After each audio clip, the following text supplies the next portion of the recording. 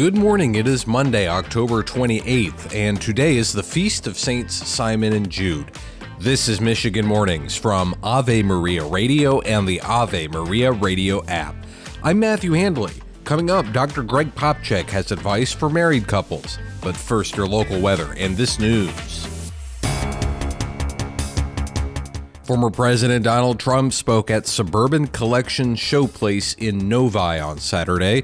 Trump said Detroit is an area that, quote, makes us a developing nation, and says the Motor City needs help and is not great. He was joined on stage by local Arab American and Muslim leaders who are supporting his third campaign for the White House and said he has overwhelming support from Michigan voters. Former First Lady Michelle Obama campaigned on behalf of Harris in Kalamazoo this weekend as well. The latest Decision Desk HQ average of polls for Michigan shows Trump and Harris remain tied. The state will remain a busy battleground area for the Democratic and Republican presidential campaigns this week. Today, First Lady Dr. Jill Biden and Minnesota First Lady Gwen Walz will hold rallies for Vice President Kamala Harris in Traverse City at 1 p.m. and Bay City at 4 p.m. Eric Trump will be campaigning for former President Donald Trump tonight at 6 in Wyandotte, and Republican Vice Presidential nominee J.D. Vance will hold two rallies tomorrow, one in Saginaw and one in Holland. Local clerks throughout Michigan can now pre-process absentee and early in-person ballots. Ingham County Clerk Barb Byram says the new law is a huge help to them. So this is the first true time where those local clerks, especially the ones in the large jurisdictions, are finally afforded the extra time to process all of those absentee ballots. The clerk in Warren, however, says she will not do that over the chance the results to get leaked or compromised, and says she will not risk compromising the integrity of the election. This is the first presidential election in Michigan where early in-person voting is allowed, and clerks have up to 8 days to pre-process the ballots. The votes will not be counted until after the polls close at 8 p.m. on November 5th. In other news, the Monroe County Sheriff's Office has arrested a former Monroe County Intermediate School District employee.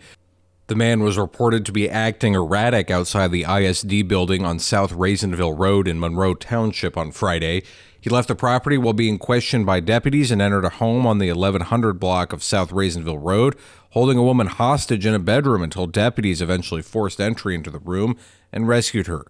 He was arrested, and one of the women was also in the home, was treated for her injuries at a hospital. And Detroit's Deputy Mayor Todd Bettison has been named the city's interim police chief. He spent 27 years with the Detroit Police Department and became deputy chief under Chief James White. Bettison became deputy mayor in 2022. White's last day as chief is set for November 8th before he becomes the CEO of the Detroit-Wayne Integrated Health Network. This is Michigan Mornings. Now this.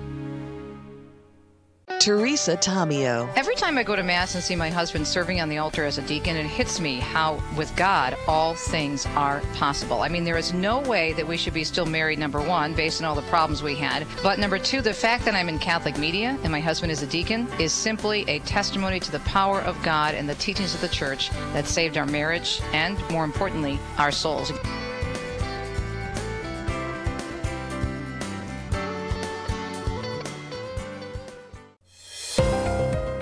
We're going to have mostly sunny skies today in Detroit, and our high will be 61. Tonight will be mostly cloudy with showers likely in the early morning hours, and our lows will dip to 49.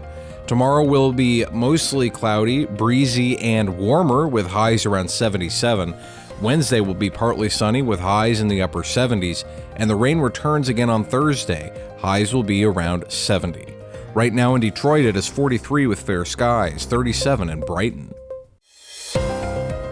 We're going to have partly sunny skies today in Saginaw, and our high will be 63. Tonight will be partly cloudy with showers likely in the early morning hours, with lows dipping to 47.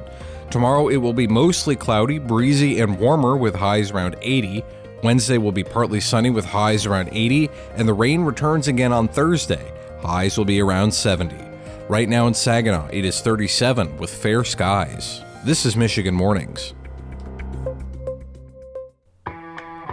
The Lions have improved to 6-1 and have the best record in the NFC with a 52-17 blowout win over the Tennessee Titans. The Lions have won 5 straight games. Quarterback Jared Goff completed 12 of 15 passes for just 85 yards, but threw 3 touchdowns. Running back David Montgomery also threw a touchdown pass and ran for another, while running back Jahmyr Gibbs gained 127 yards and scored a touchdown. Detroit plays Green Bay next Sunday.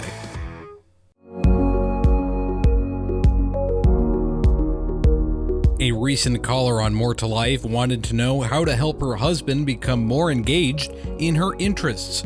Here's the exchange. I have called for 25 years of work in progress.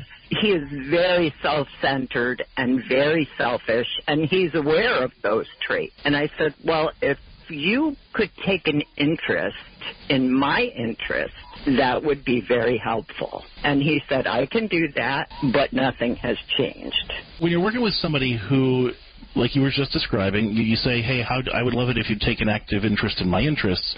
He doesn't necessarily know what that means. Now, you might say, well, how is that even possible?